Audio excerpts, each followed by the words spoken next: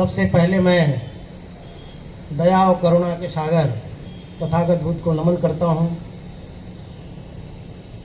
और आधुनिक भारत के निर्माता, नारियों के मुक्तिदाता, विश्व रत्न बोधिसत्व बाबा साहब डॉक्टर बी.आर. अम्बेडकर के चरणों में नमन करते हुए देश में जन्मे उन सभी संतों और गुरुओं को नमन करते हुए, जिनमें मुख्य रूप से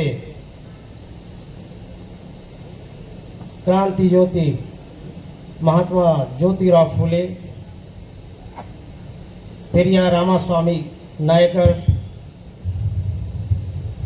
नारायणा गुरु, संत कबीर, संत रविदास, महात्मा अयंकाली और अन्य सभी महापुरुषों को नमन करते हुए आज के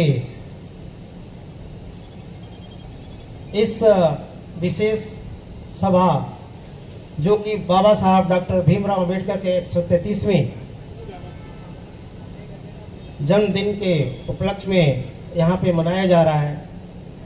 इस मीटिंग में, इस सेलिब्रेशन में मुख्य रूप से और मुख्य अतिथि के रूप में आए हुए आप सभी के बहुत ही प्रिय और अभी न्यूली अपॉइंटेड यूपी वेस्ट के सीजीएम साहब गर्ग साहब, जो यहाँ पे उपस्थित हैं, इतने बिजी शेड्यूल होने के बावजूद भी यहाँ पे आए, जैसा कि अभी जीएम साहब ने बताया। इस सभा में उपस्थित हमारे एल्ट सेंटर के पीजीएम साहब, पीएन दोहरे साहब, जो कि पहले दिल्ली में थे और एक समय हमारे भी डीजीएम रहे हुए हैं, तो इनसे पहले से हमारा लगाव है, दोहरे साहब। और आप सभी के बहुत ही प्रिय, बहुत ही सम्मानीय और जिला गाजियाबाद के जो महाप्रबंधक सुभाष चंद्र जी, जो यहाँ पे मंच पे उपस्थित हैं। इस सभा में जैसा कि हमारे पूर्व वक्ता सुरेश मीना जी ने बताया और विकास गौतम जी ने, कि हम सभी के लिए एक बहुत ही सौभाग्य की बात समझनी चाहिए कि आज इस सभा में एक ऐसे शख्सियत हम लोगों के बीच में मंच पे बैठे हुए हैं, मान्यवर अजीत गौतम साहब, जिन्होंने बाबा साहब को अपनी खुली आंखों से देखा। जब ये यंग एज में थे तो 26 अलीपुर रोड, जो बाबा साहब का निवास स्थान था, जहां बाबा साहब डॉक्टर अम्बेडकर ने 6 दिसंबर 1956 को अंतिम सांस लिया, वहीं पे बाबा साहब के साथ रहते थे और मान्यवर कांसीराम के साथ इन्होंने पूरी जिंदगी लगाई।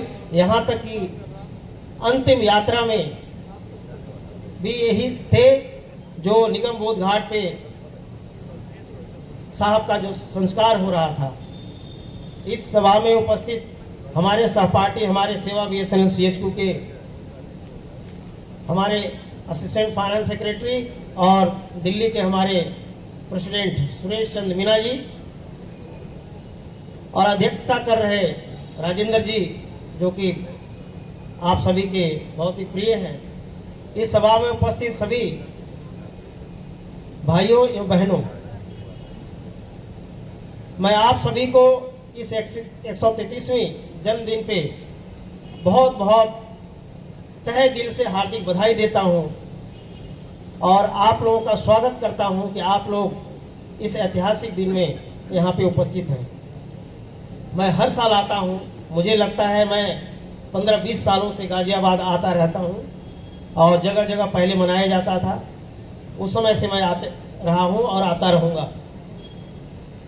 साथियों, आज जिनकी जन्मदिन के लिए हम लोग यहाँ पे इकट्ठे हुए हैं, समझ में नहीं आता कि बात कहाँ से शुरू करूं, कहाँ खत्म करूं, क्योंकि बाबा साहब डॉक्टर अम्बेडकर, जैसा कि अभी दोहरे साहब कह रहे थे, कि एक ऐसे अलौकिक प्रतिभा के धनी, एक ऐसे बुद्धिजीवी, एक ऐसे व्यक्तित्व, सही उन्होंने कहा कि हमें महामानव, वो मानव नहीं थे, वो महामानव थे। अभी गौतम साहब जैसा कह रहे थे, बहुत सारी बातें आप लोगों ने पहली बार सुनी होगी, और मुझे लगता है कि बहुत सारी ऐसी बातें हैं जो अभी तक जानते ही नहीं। क्यों नहीं जानते? क्योंकि हमारा इंटरेक्शन नहीं होता। हम यहां सभी बैठे हुए मैक्सिमम सभी कर्मचारी हैं, अधिकारी हैं, इसमें कोई शक नहीं कि आज हम जो कुछ भी हैं, आज जो भी हमारी पहचान है, जो भी हमारी हकीकत है, जो भी हमारी शख्सियत है, वो है सिर्फ और सिर्फ बाबा साहब डॉक्टर बी.आर. अम्बेडकर के कारण, और कोई कुछ नहीं है, और उसे पीछे कुछ नहीं है। आप जरा सोचिए, अभी साहब गौतम साहब जो कह रहे थे, उनके अंदर का दर्द निकल रहा था।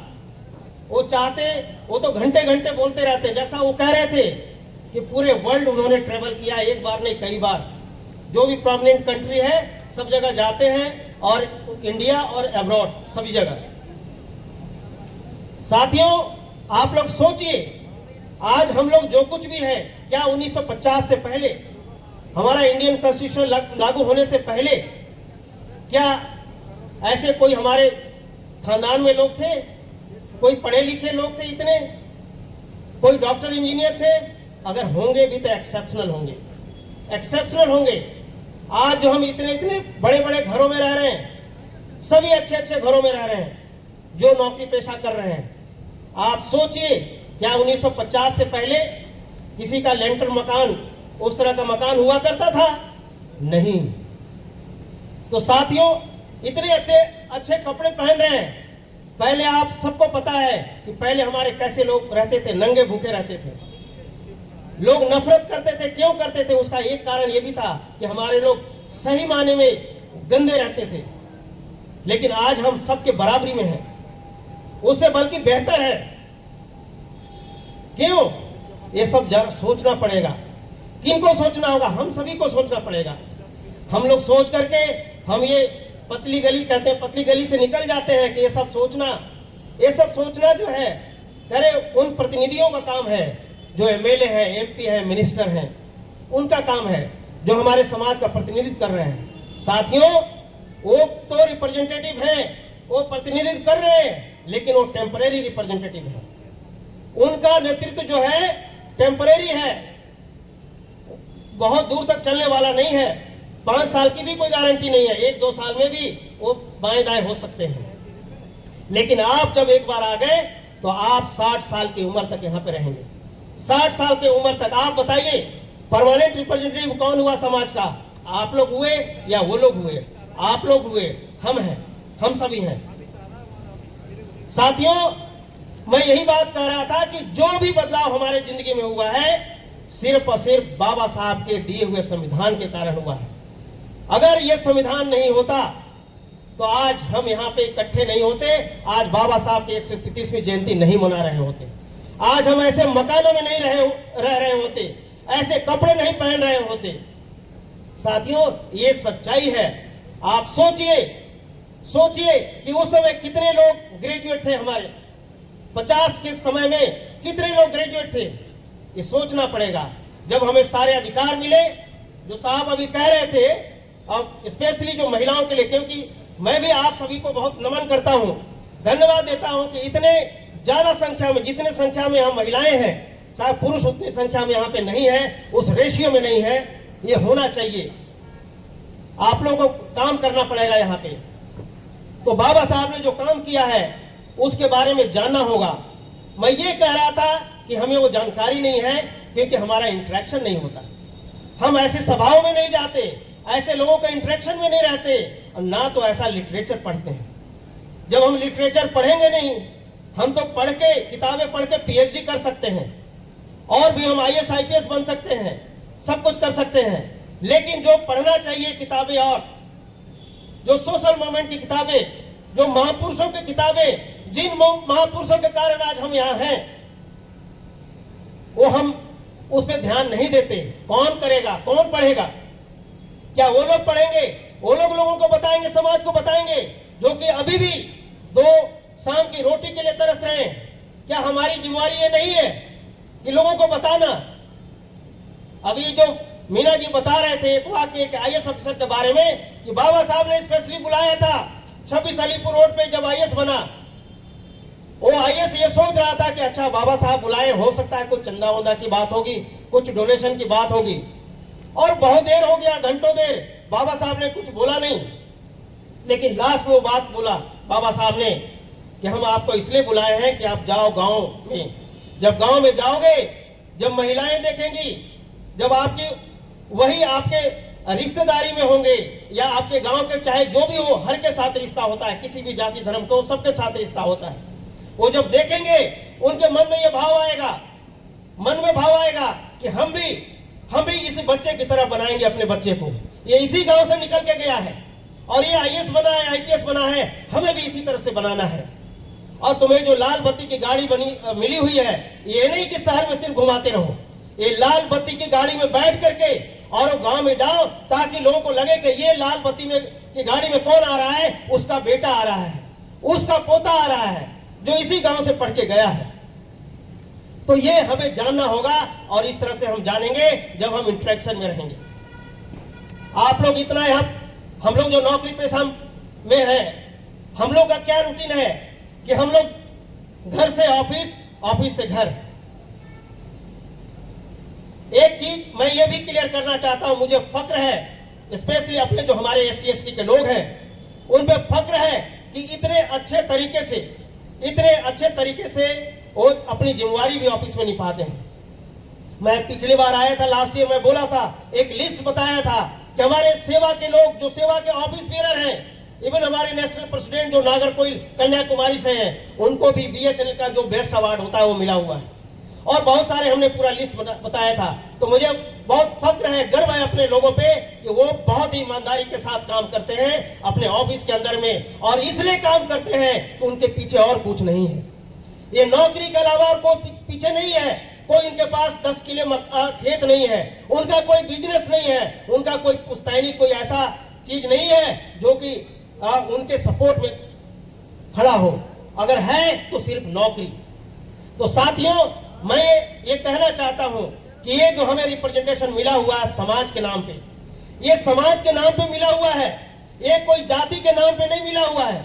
आप सबको पता है कि देश का ये कड़वा सच्चाई है, देश की कड़वा सच्चाई है ये, और देश की सबसे बड़ी कमजोरी है और देश की सबसे बड़ी बीमारी है। अगर मैं कहूं अपनी समझ से, तो देश की जो कैंसर है उससे भी भयंकर बीमारी है जो सामाजिक व्यवस्था में है। और यही कारण रहा कि देश हमारा बराबर गुलाम होता रहा। 1950 से पहले गुलाम होता रहा, सदियों तो गुलाम होता रहा। लेकिन संविधान आने के बाद जो महात्मा बुद्ध, जो तथागत के सिद्धांतों के कारण जो हमारा संविधान बना हुआ है, बाबा साहब ने उसको सौंपा है, उसके तहत आज जो है हमारा देश शक्तिशाली हो गया है। अब किसी की मजाल नहीं है, आज सबका रिप्रेजेंटेशन है, किसी का मजाल नहीं है कि आज भारत की तरफ फिर आंख उठा के देख सके। ये सच्चाई है और हमारी ये कॉन्स्टिट्यूशन की ताकत है कि इतना सबको मजबूत बनाया हुआ है, ये सच्चाई है। तो साथियों, मैं ये बात कह रहा था कि हम जो अपने दिनचर्या में इतना ही तक सीमित रहते हैं, तो हमें उनके बारे में भी सोचना होगा। आप जरा सोच कर देखिए, बाबा साहब डॉक्टर भीमराव अंबेडकर, जैसा अभी जीएम साहब ने बहुत अच्छा बता रहे थे, यस, जो लंदन का जो स्कूल ऑफ इकोनॉमिक्स है, वहां से उन्होंने पीएचडी किया हुआ है। आप देखिए, सोशियोलॉजी का एक स्टूडेंट, बाबा साहब बेसिकली तो सोशियोलॉजी का स्टूडेंट थे, सोशियोलॉजी का स्टूडेंट, और वो पीएचडी कर रहे हैं इकोनॉमिक्स में, इकोनॉमिक्स में देश का संविधान लिख रहे हैं, यानी पॉलिटिकल साइंस उसमें निहित है। आप देखिए बाबा साहब की क्या प्रतिभा थी।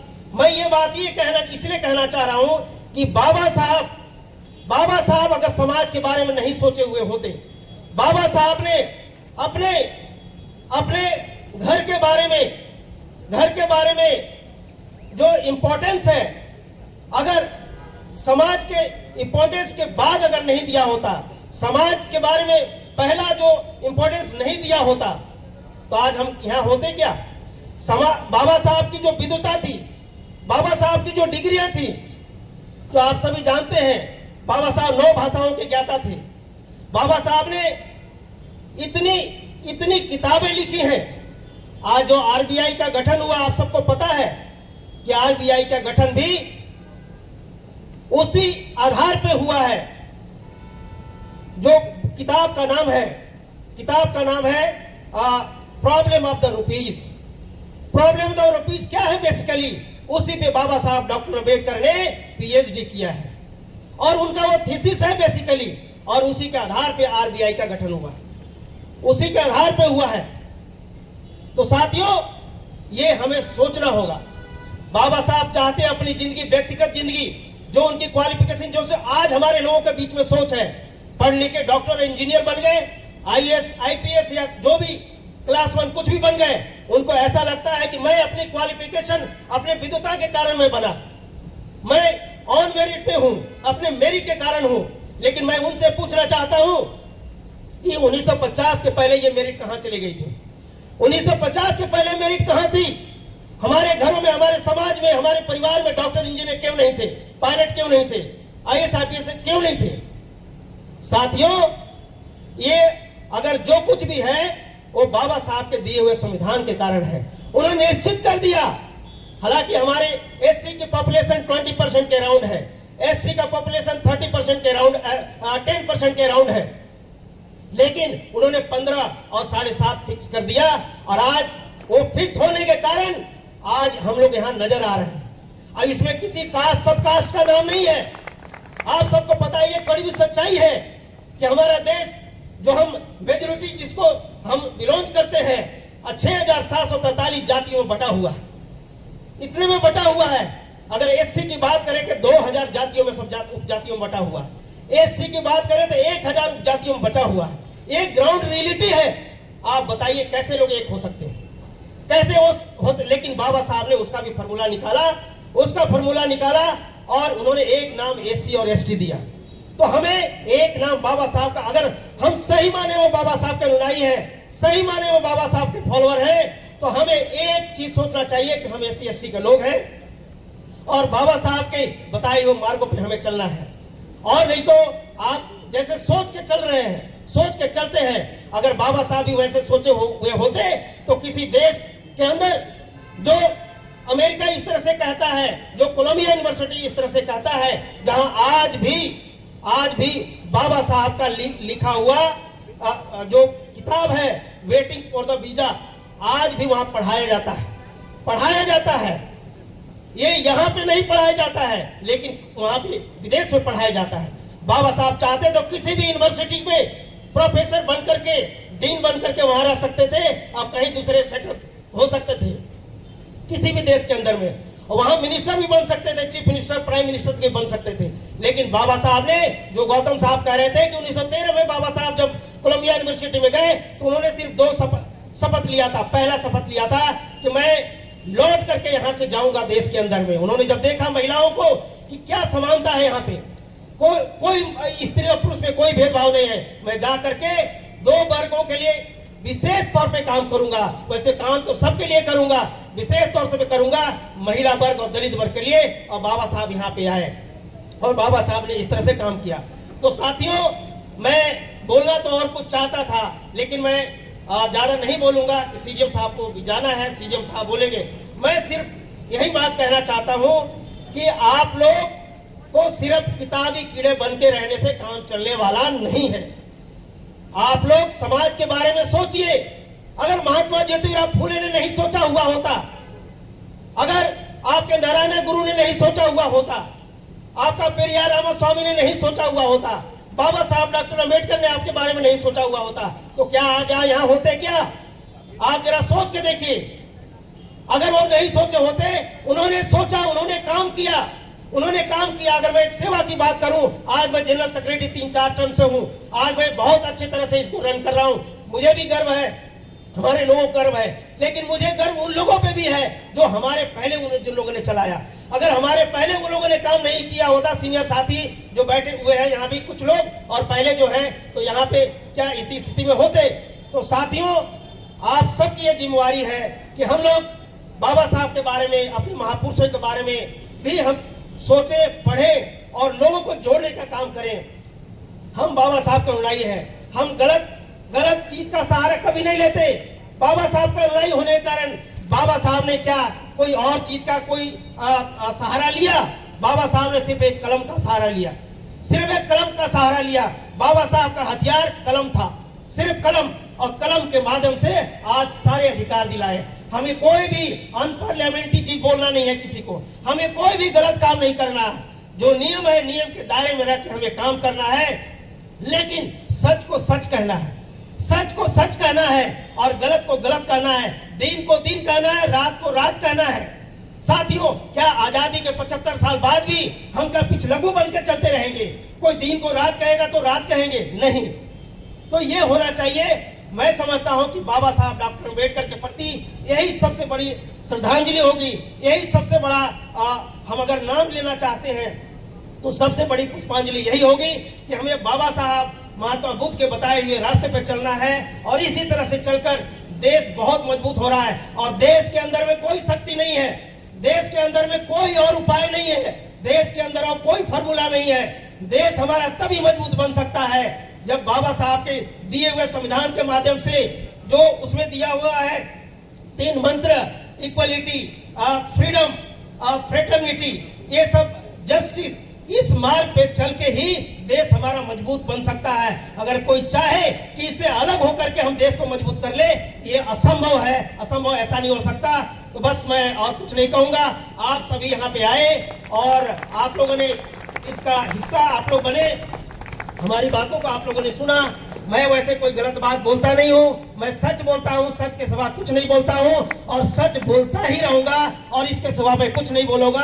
आप सभी का बहुत बहुत बधाई। और गाजियाबाद की जो हमारी टीम है, पहले हमारे जो मेरठ से आए हुए हमारे डायनेमिक सर्कल सेक्रेटरी विकास गौतम जी, चक्रवर्ती जी हमारा फाइनेंस सेक्रेटरी, और हमारे रमेश जी जो हमारे यहाँ पे जो x circle secretary, district secretary रहे हुए हैं, हमारे जो हमारे यहाँ के जो शेर हैं, बब्बर शेर हैं, गंगा शरण जी, और जो हमारा अध्यक्षता कर रहे हैं राजेंद्र जी, और सभी साथी यहाँ पे जो बैठे हुए हैं, मैं आप सभी का, ऑर्गेनाइजिंग टीम का और सभी लोग जो यहाँ पे जिन लोगों ने ऑर्गेनाइज किया, बहुत अच्छा ऑर्गेनाइज किया है, आप सभी को बहुत बहुत धन्यवाद देना चाहता हूँ, साधुवाद देना चाहता हूँ। जय भीम, जय भारत।